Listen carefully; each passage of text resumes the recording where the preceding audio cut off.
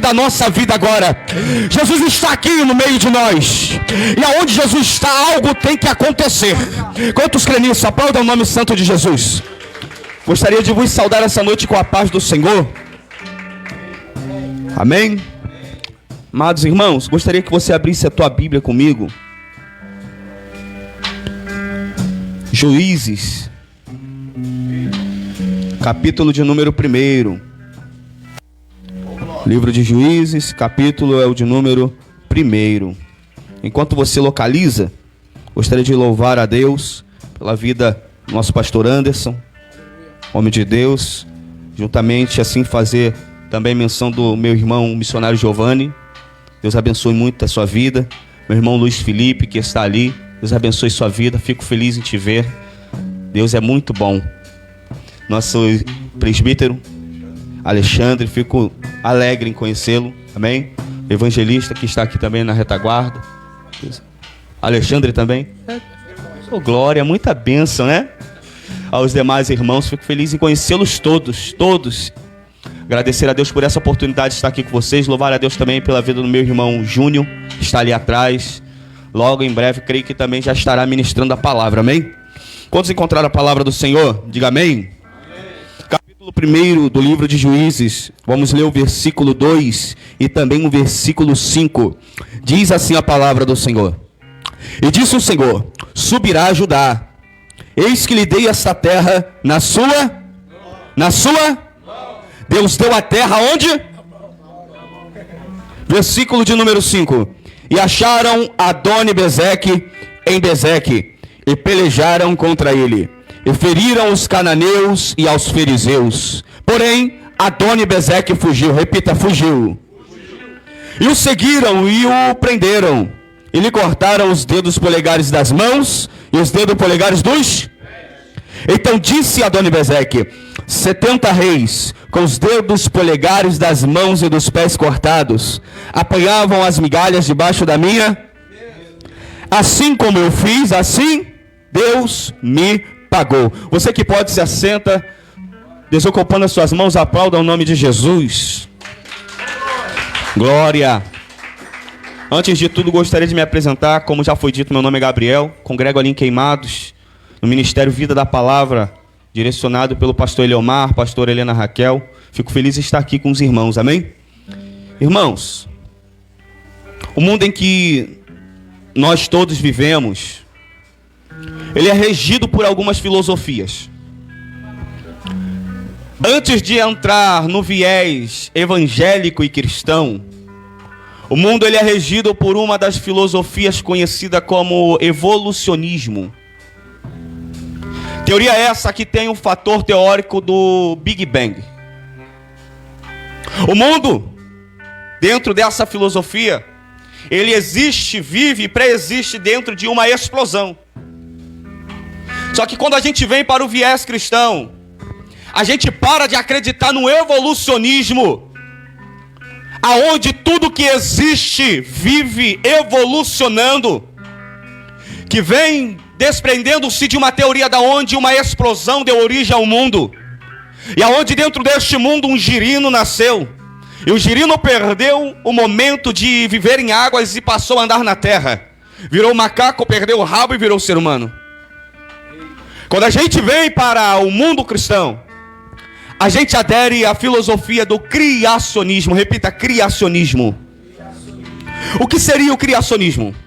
O criacionismo é a gente crer que tudo que existe, ou existiu, existe porque foi criado por alguém.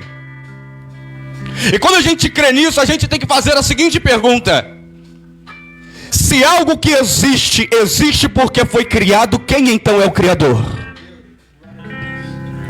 Quando a gente faz essa pergunta, a gente tem a resposta em Gênesis.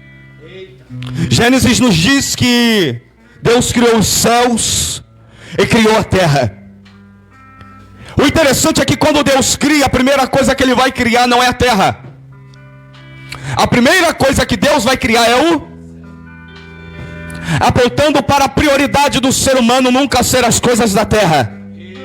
A prioridade do ser humano sempre devem ser as coisas do céu.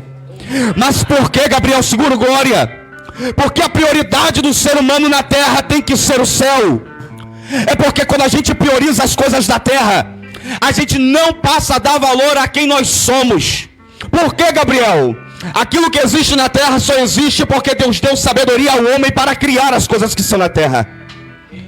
Gabriel, por que você está falando isso? Porque nós vivemos, Giovanni, em um período de tempo em que os fatores estão invertidos, os valores estão invertidos. Agora, só tem uma vida boa quem possui o melhor carro, quem possui a melhor casa. E quando se casa, não tem como dizer que vai viver até a vida da morte com aquela mulher. Porque se aquela mulher aparentemente ficar feia diante daquele homem, o homem de hoje, ele quer uma mulher melhor. É onde o casamento é destruído, porque a gente vive num fator chamado consumismo. O que é isso, Gabriel? O consumismo faz com que o ser humano queira sempre consumir e obter daquilo que é do melhor, e faz com que o ser humano perca o valor daquilo que ele já tem. A mulher que ele já tem já não presta e não vale diante da novinha que apareceu. O homem que ela tem já não presta e não vale diante do novinho que apareceu, ou diante do homem com carro bom, ou diante do homem com uma conta bancária boa. Eu vou dizer, Deus, ele me trouxe aqui para realizar um relacionamento de restauração com ele. Como isso, Gabriel? Só tem como ser humano restaurar o relacionamento com Deus quando ele voltar a ter seus olhos focados no céu. Deus me trouxe aqui para dizer a estes que estão aqui nessa noite: Deus não te colocou na terra para focar nas coisas que estão na terra. Deus te colocou na terra para focar nas coisas que estão no céu. Uma coisa acontece no Éden. Você presta atenção nessa palavra juntamente comigo? Gabriel, o que acontece no Éden? Deus pega o ser humano, coloca no Éden. O ser humano, ele vive de uma grande regalia. E você pergunta, qual é a regalia, Gabriel? Pergunta mais forte. A regalia é: você não vai morrer, você não vai envelhecer, e outra, não vai precisar de trabalhar. Só que os fatores começam a se inverter após o pecado. Por quê? Porque o homem peca, negligenciando aquilo que Deus deu. A gente começa a padecer na vida, Giovanni, quando a gente começa a desprezar as coisas que Deus já colocou na nossa mão. É interessante que quando Deus cria a terra, ele diz: e viu Deus que era bom, e disse Deus que era bom, e tudo que Deus criou foi muito bom. Mas quando Deus cria o ser humano, ele diz: e viu Deus que era muito bom. Presta atenção. Quando o pecado entra, o ser humano passa a desvalorizar a criação e passa a valorizar mais a criatura, porque ele passa a valorizar mais a si mesmo, desprezando o seu próprio Criador. Você me entende? Diga amém. O pecado, ele resulta na expulsão do Éden. A expulsão do Éden coloca o homem para fora. Preste atenção. Quando o ser humano vive fora da presença de Deus, a morte logo lhe alcança. Se você puder, Vaso, pode fazer um fundo assim: Dó, Ré e Mi. Volta, bem calmo, que eu sou bem lento mesmo. Mas depois a gente traz um pouquinho de calor para cá. Amém? Senão eu vou me perder. Capítulo 12 de Gênesis. Deus faz uma promessa. Por que Deus faz uma promessa no capítulo 12? Porque nos primeiros capítulos de Gênesis, o ser humano não quis viver com o dono da promessa. Só que Deus, Giovanni, ele não criou o ser humano para viver distante dele. E quando ele vê que o ser humano se afasta da sua presença, ele diz: eu tenho que criar algum projeto para trazer ele de volta. Ele chama Adão e diz: Abraão, chama Abraão e diz: eu quero fazer um negócio contigo. E ele vai falar com Abraão: Abraão, o negócio é o seguinte. É interessante que a promessa de Deus, ela nunca virá sem ordem. Deus faz a seguinte palavra para Abraão: sai da tua casa, da tua terra, da tua parentela e da casa do teu pai. Repita: da terra, da parentela e da casa de teu pai. Perceba que se a gente subir no alto daquele monte, a gente primeiramente olhando para cá, para baixo, a gente não vai ter somente a visão de Nilópolis, a gente vai ter uma visão de toda a terra. Preste atenção, Deus vai dizer: sai da terra, sai da parentela e da casa de teu pai. Se você perceber, Deus não está dando uma ordem de dentro para fora. A ordem de Deus é decrescente.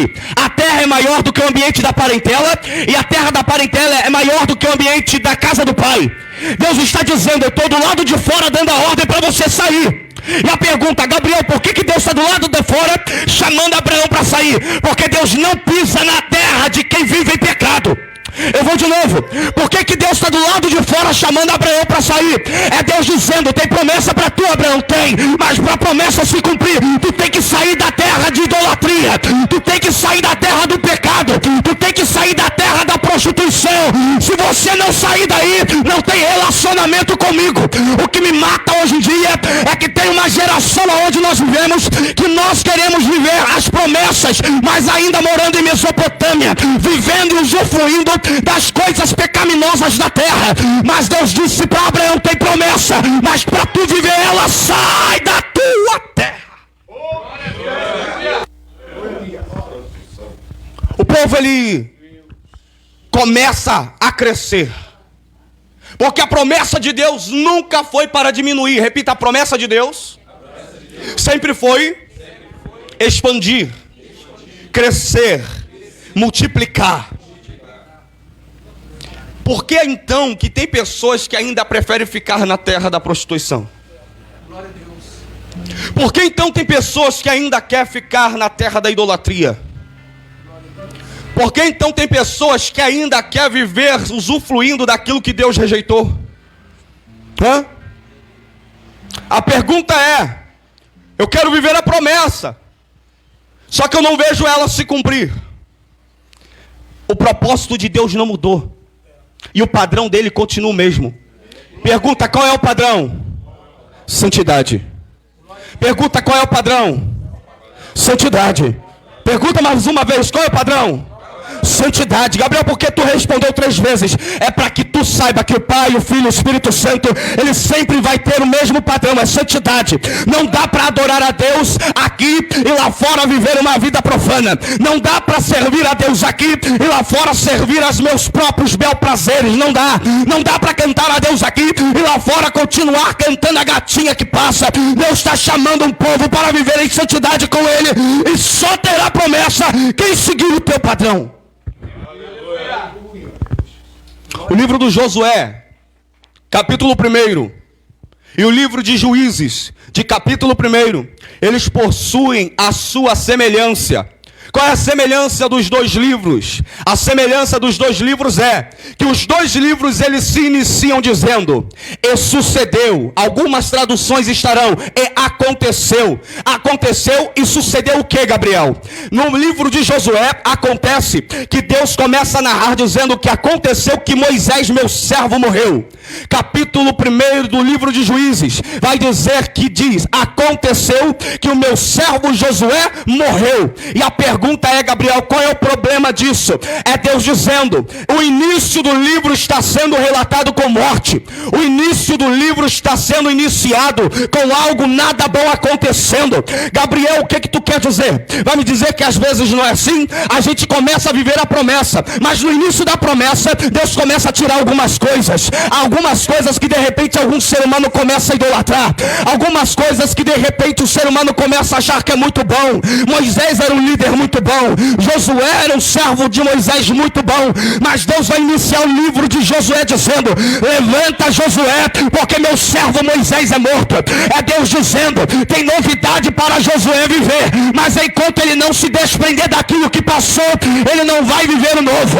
Aí tem a geração que canta: eu quero viver algo novo, eu quero viver algo novo, só que não se desprende daquilo que é velho, não se desprende dos velhos pensamentos, não se desprende dos velhos desejos. Deus está dizendo: a promessa está de pé, mas abandona, levanta.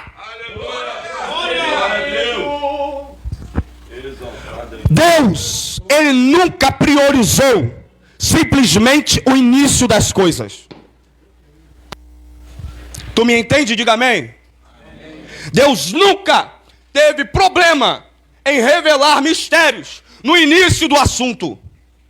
Tanto que a Bíblia vai dizer que bom é o final das coisas do que o início delas. E você pergunta por quê, Gabriel?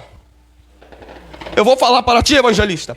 Porque Jesus, ele veio dizendo: eu sou o alfa e sou o ômega, o início, o fim.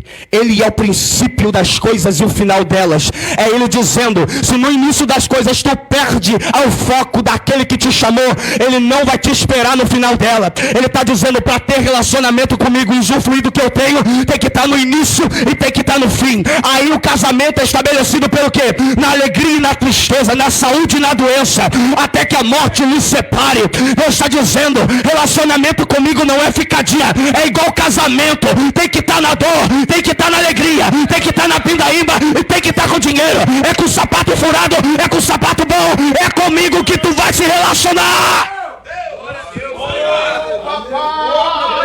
Rabarassurianda quereba yarabasanarai. Remendria calabarassuria. Calaba yendo kenaragácia. Você está prestando atenção nisso? Deus nunca priorizou a importância do início das coisas. Prova, Gabriel. Eu provo para ti. Aqui vai dizer que Salomão começou sábio, mas terminou tolo. A Bíblia vai dizer que o livro de Josué se inicia falando de morte, mas termina falando de conquista. O livro de Juízes termina falando de um povo que vai começar a orar ao invés de comunicar a algum líder. É Deus dizendo: eu estou tirando algumas coisas, algumas pessoas, alguns momentos da tua vida, mas isso não é para afastar. A prova, Gabriel, vai iniciar o texto dizendo: e Josué foi morto, mas o povo voltou a orar e comunicar com Deus. Deus está querendo te trazer para perto. Tem momentos da nossa vida, pastor, que a gente só vai se voltar para Deus. A gente só vai voltar os nossos olhos para Deus quando Deus retirar algumas coisas que ocupam o lugar dele.